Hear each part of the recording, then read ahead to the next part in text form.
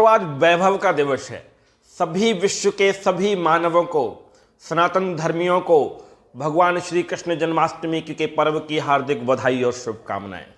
ये दिन कितना प्रखर है और कितनी ओजस्वता से भरा है, इसको समझने के लिए आवश्यक है हम भगवान श्री कृष्ण के चरित्र के बारे में थोड़ा सा विचार करें और समझें कि कृष्ण थे कौन। षोडश कलाओं के अवतार के धनी एकमात्र दिव्य पुरुष।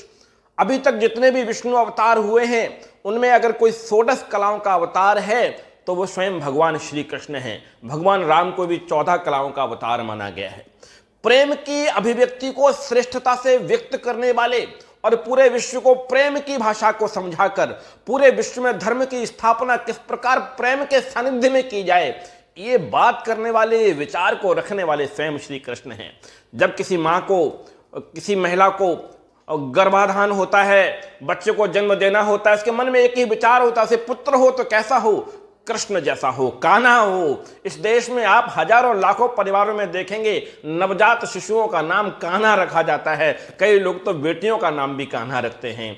मित्र हो तो कैसा हो, कृष्ण जैसा हो। भाई हो तो कैसा हो, कृष्ण जैसा हो।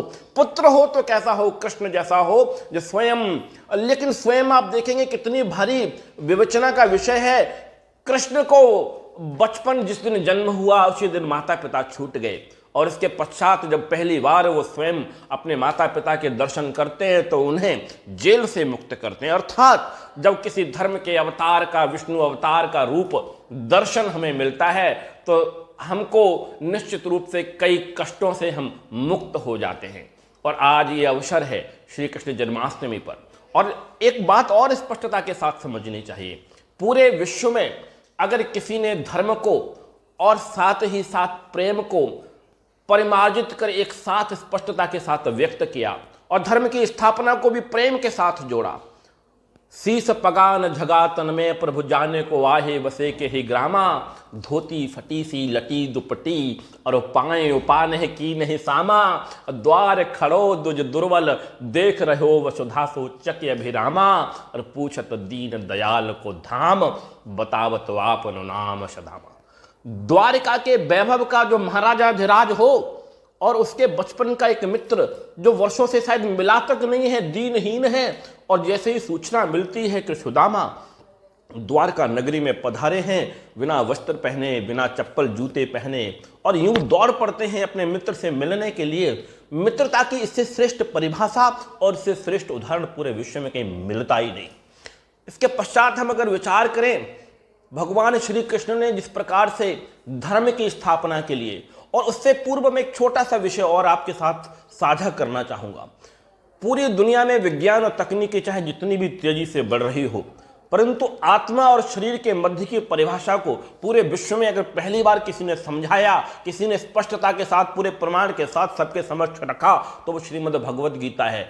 आज तक 18 पुराणस्य व्यासस्य वचनम द्वयम परोपकाराय पुण्याय पापाय परपीडनम। 18 पुराण, 6 उपनिषद, 4 वेद, लाखों अन्य धर्म ग्रंथों के बाद एकमात्र धर्म ग्रंथ श्रीमद् भगवद गीता है जिसे स्वयं लोक नारायण अवतार, भगवान विष्णु के अवतार, भगवान कृष्ण के दिव्य मुख से गाया गया, दिव्य मुख से कहा गया। तो ऐसी कथा जो स्वयं भगवान के मुख से स्वयं प्रकट की गई हो, उस पर कैसे शंका की जा सकती है, और वो भी बड़े प्रमाण के साथ। वाशांसि जीर्णानि यथा विहाय नवानि गृह्णाति नरो पराणि, तथा शरीरानि विहाय जीर्णा निन्यानि संयाति नवानि देहि। किस प्रकार से उन्होंने कहा है कि आत्मा जो है और शरीर के मध्य किस प्रकार से आपस का संतुलन है। ये तो मात्र शरीर, जिस प्रकार से हम पुराने वस्त्र छोड़कर नए वस्त्र को धारण करते हैं, इसी प्रकार से शरीर भी, आत्मा भी पुराने शरीर को छोड़कर नए शरीर को धारण करती है और अजर अमर है। नैनम छिन्नन्ति शस्त्राणि नैनम दहति पावकाः, न चैनम क्लेदयन्त्यापो न शोषयति मारुतः। न से शस्त्र भेद सकता है, न से हवा सुखा सकती है, न से अग्नि जला सकती है, न से पानी भिगा सकती है, डुबा सकती है। ये तो और इस प्रकार की, और इस पर भले ही आज कितने भी नए नए प्रकार के प्रयोग किए जा रहे हों, कोई गॉड पार्टिकल के नाम से रिसर्च कर रहा है, कोई और अन्य कार्य पूरी दुनिया में विभिन्न प्रकार के, उनके वैभव को मैं प्रणाम करता हूं, परंतु मैं आग्रह करूंगा पूरे विश्व को, आज भगवान श्री कृष्ण जन्माष्टमी है और 5150 वर्ष से ज़्यादा की आयु हो चुकी है और मैं मानता हूँ भगवान कृष्ण हम सबके मध्य आज भी उपस्थित हैं, दैवीय रूप में उपस्थित हैं और एकमात्र व्यक्तित्व हैं जो पूरे विश्व को प्रेम, धर्म, अधर्म के मध्य किस प्रकार से अंतर करना है, कैसे उसे स्थापित करना है और किस प्रकार से श्रेष्ठ जीवन जीना है, क्या किया, स्वयं के लिए उन्होंने क्या किया, जो किया समाज के लिए किया, रिश्तेदारों के लिए किया, वैभव के लिए किया, धर्म की स्थापना के लिए किया। इसी के साथ मैं सभी बंधुओं का, सभी बहनों का, सभी विश्व के सभी व्यक्तियों का भगवान श्री कृष्ण जन्माष्टमी की बधाई देता हूं। बहुत बहुत शुभकामनाएं। हम सबके जीवन में वैभव आए, हम सबके जीवन में सुख आए, हम सबके जीवन में आशा की नई उमंग उत्पन्न हो और हम समाज के लिए, दुनिया के लिए, विश्व के लिए कुछ अच्छा पॉजिटिव कार्य कर पाए। इसी साधुवाद के साथ बहुत बहुत धन्यवाद।